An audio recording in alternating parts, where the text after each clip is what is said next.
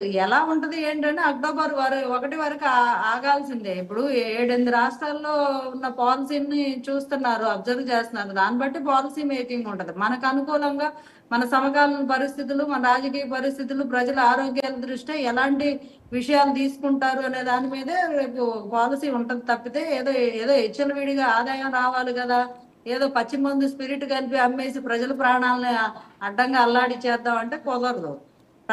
ప్రజల ఆరోగ్య విషయం, ప్రజా భద్రత, ఆరోగ్య భద్రత ఫస్ట్ ఫస్ట్ ప్రయారిటీ అది ఉంటది. తర్వాత అప్పులు, ఆర్థిక వ్యవస్థ.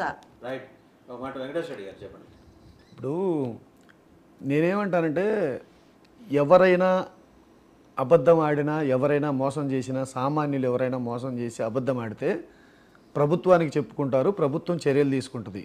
ఇక్కడ దౌర్భాగ్యం ఏంటంటే ప్రభుత్వమే శుద్ధాబద్ధాలు ఆడితే ఎవరికి చెప్పాలో కూడా తెలియదు. ఇక్కడ ప్రభుత్వం పూర్తిగా అబద్ధాల మయం చేసి వాటిని కవర్ చేసుకోవడం కోసం అబద్ధాల మీద అబద్ధాలు.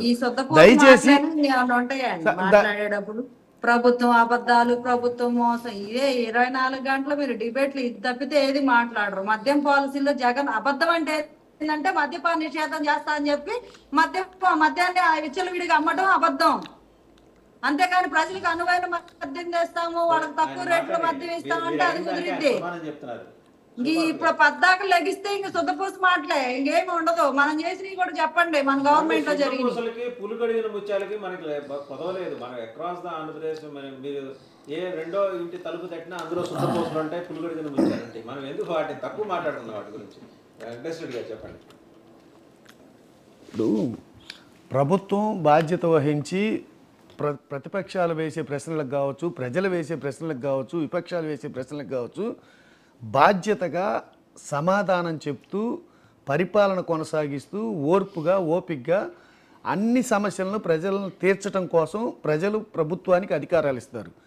ప్రభుత్వానికి అధికారం ఇచ్చి, విధులు ఇచ్చి, నిధులు ఇచ్చి, ప్రభుత్వ యంత్రాంగాన్ని ఇచ్చి పని చేయండి అయ్యా బాబు అంటే ఏదన్నా మొదలెట్టు. వచ్చిన రోజు నుంచి ఈరోజు 100 రోజులైంది, వచ్చిన రోజు నుంచి ఈ రోజు వరకు ఏదన్నా చెప్పు.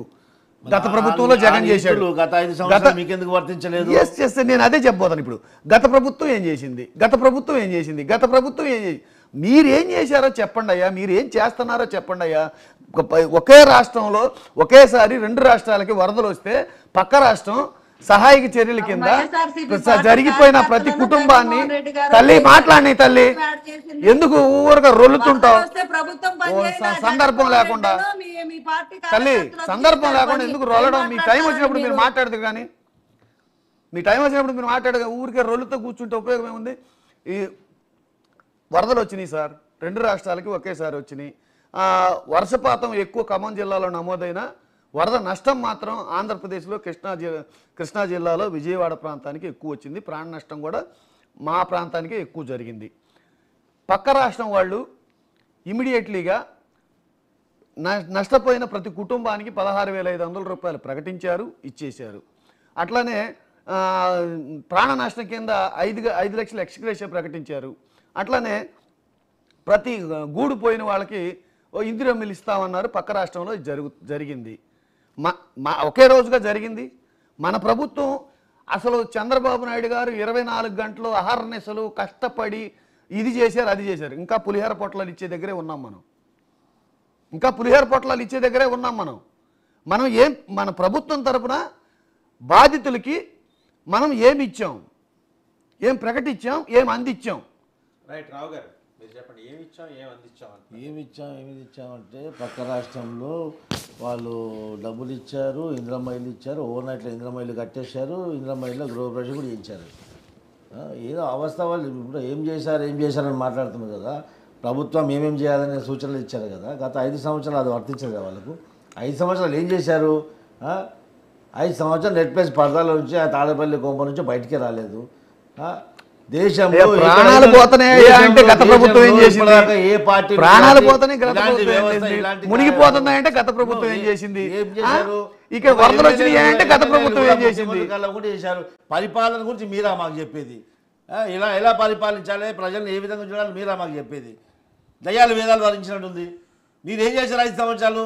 5 సంవత్సరాలు బయటికి రాలేదు ఇప్పటి వరకు. ఒక మంత్రికి ఒక పని లేదు. ఇష్టం ఉన్నట్టు అధికార మదం పెట్టి